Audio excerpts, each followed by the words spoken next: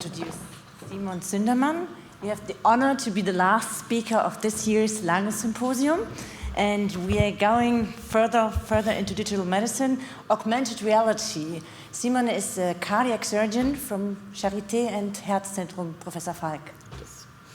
Yeah, good afternoon, everybody. Thank you very much for the introduction, and thank you very much for the invitation to give this talk today about augmented reality guidance in AV valve interventions. The title sounds a little bit as this would already be the clinical reality. Unfortunately, it's not yet, but I think we are on a good way, and why I will tell you in the next couple of minutes. So what we have in cardiac interventions is an evolution coming from maximum or optimal access to more and more minimal invasive procedures towards transcatheter therapy. So that's what we've seen during the last years, and what comes with this minimizing in the invasiveness of procedures, of cardiac procedures, is an increase of the amount of imaging that is necessary to perform these procedures, to plan these procedures, and to have a precise prediction of the outcome of the procedures.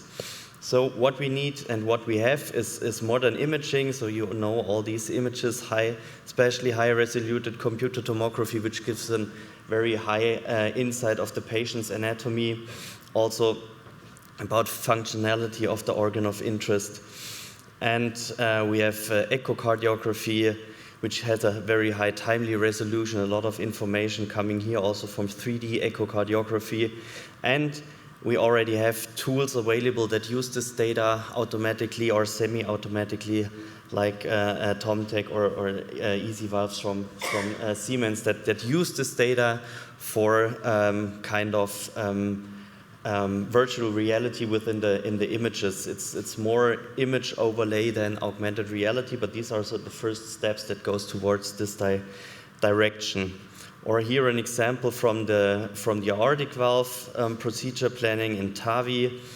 This is the heart navigator, which is one of the tools that can be used for TAVI planning. And as you can see, the computer tomography data is used to segment the anatomy of the patient and to gain a lot of data that is necessary for procedure planning, as here the diameter of the aortic annulus, so that you can plan your procedure, and these tools have a lot of abilities to gain a lot of information, which is then necessary for the procedure. You can even choose the device that you want to implant, and you already have an information how this could look like later on during the procedure. And what is even more important and also relevant for this talk now is that you can use this information during the procedure. So again, image fusion, you can have an overlay of this planned anatomy and the model of the heart and the planned device that you want to implant in the patient, and you have the overlay of the model into the live imaging of the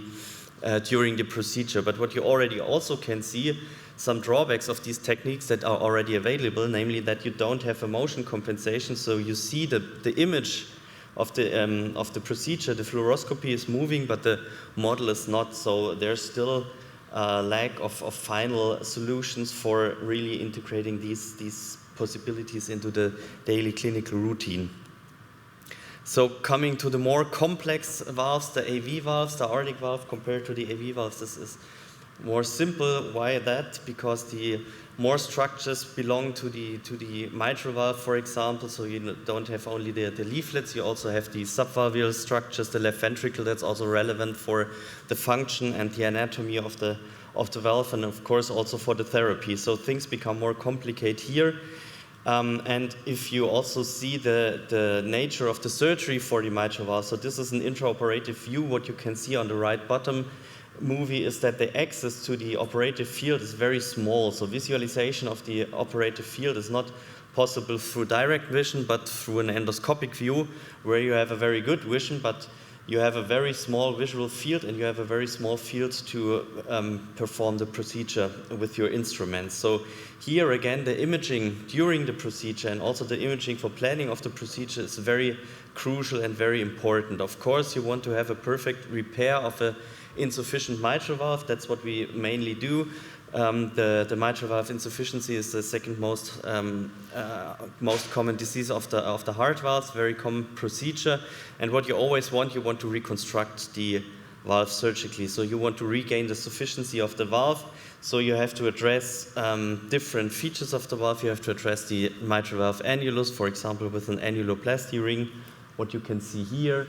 But you can also address the subvalvular structures, as already mentioned. You have a bunch of medical devices that can be used for the procedure. So you have a complex surgical procedure within a complex operating field, a minimal invasive surgical operating field without good vision. So here we see that we want to have a good help to guide us through the procedures. And now we come back to the image data, which is already available. So what we can do, what we already can do from the image data, we can already really gain very nice models of the mitral valve. So of the mitral valve anatomy here, coming from CT data, CT-based data. We also can perform like surgery in the model, so we can use models of the medical devices, of the annuloplasty rings, for example, that we can also model or implant into models. And then we have, for example, this was a project that we've performed this year, a digital annuloplasty ring library. We have this individual patient model. And if we put this together, we can really have a very nice idea of what is happening during the surgery, because we have an individual patient model, we have a digital medical device that is also used during the surgery, and therefore we can have a guess what can happen with when we implant such a device. Of course, these virtual surgery procedures have to be deeply validated. We have to be very sure that the simulation is really what we have in what we see then later on in reality. Here we have a comparison of a simulated therapy with a post-operative imaging of the procedure, and you can already see that we are on a good way, and that we see a good comparison here of the real outcome and the simulated outcome. So this can indeed be helpful for decision support during procedures, so we can not only decide which intervention we do during surgery, we can also compare it to more transcatheter therapies. Here, as an example, you can see a simulation of a so-called mitral valve clip therapy, mitral clip therapy. This is a transcatheter therapy where a kind of a clamp is put onto the mitral valve leaflets to regain the sufficiency of the valve. This is a completely different therapy approach, but can be helpful or is used in certain patient populations which are not able to undergo surgery, for example. So we can really use this high quality data and then worked on data to be helpful for decision support. And then we also can add hemodynamic data, like for example also shown by Anja in her projects. And with this, we have a real good image of what can happen after the surgery, before we perform the surgery. And now, how can this be combined with augmented reality? This is the topic of the talk, so we want to come to that point now. So if you look for augmented reality in cardiovascular interventions and ask Google, then you get images like that, which look very fancy. I think this is probably a heart which is flying over the patient, or even more fancy this one, these both probably surgeons or maybe also magicians with their crystal ball that can see in this virtual reality heart which happens after the intervention. So this is of course not where we are, and also not what we want to have. And indeed there's not a lot of work that has already been performed. There's just a few studies. This is a systematic review from this year about augmented reality through in different interventions. And if we look a little bit more deeply, we can see that the heart surgery is here really at the last position. So in orthopedic surgery and craniomaxillofacial surgery, there already has a little bit of place, but in cardiac interventions, there's still a lack of implementation of such techniques into the daily practice, or at least in research.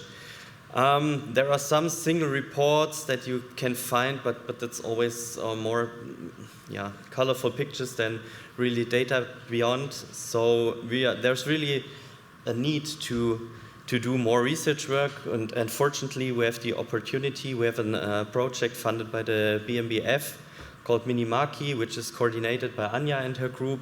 It's a consortium of engineers, of surgeons, cardiologists, but also of experts in ethics in medicine, which is also very important if you talk about these new digital possibilities and augmented reality, because this is a completely new kind of technique that should be implemented in the daily clinical routine. So this is what we have, and this is not looking as fancy as what we've seen in Google, but the thing that is looking a little bit like a butterfly flying through the garden of one of our cooperation partners indeed is a model, one of the models I showed you before of the mitral valve, that is implemented or integrated in a hard model, and the whole model is integrated into the software of a HoloLens, the Microsoft HoloLens, which enables for augmented reality imaging of whatever you want. And we really are on a good way to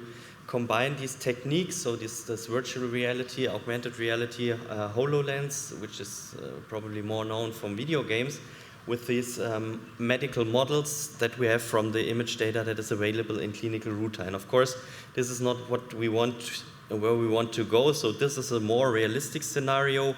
This is, for example, a conference room in a clinic where you can imagine that such a model is used. So again, we have the hard model with the mitral valve, and what we additionally integrated here is the software or the tool that I showed you before, where you can integrate the mitral valve annuloplasty ring, and with the tool you can then choose, for example, another ring which is more realistically fitting to this patient's anatomy. And what you can see, you have a calculation of relevant parameters that are have prognostic relevance, like the coaptation length of the mitral valve leaflets have prognostic relevance for the outcome of the procedure. So what we have here, we have a very nice visualization, which where you can have an interaction with.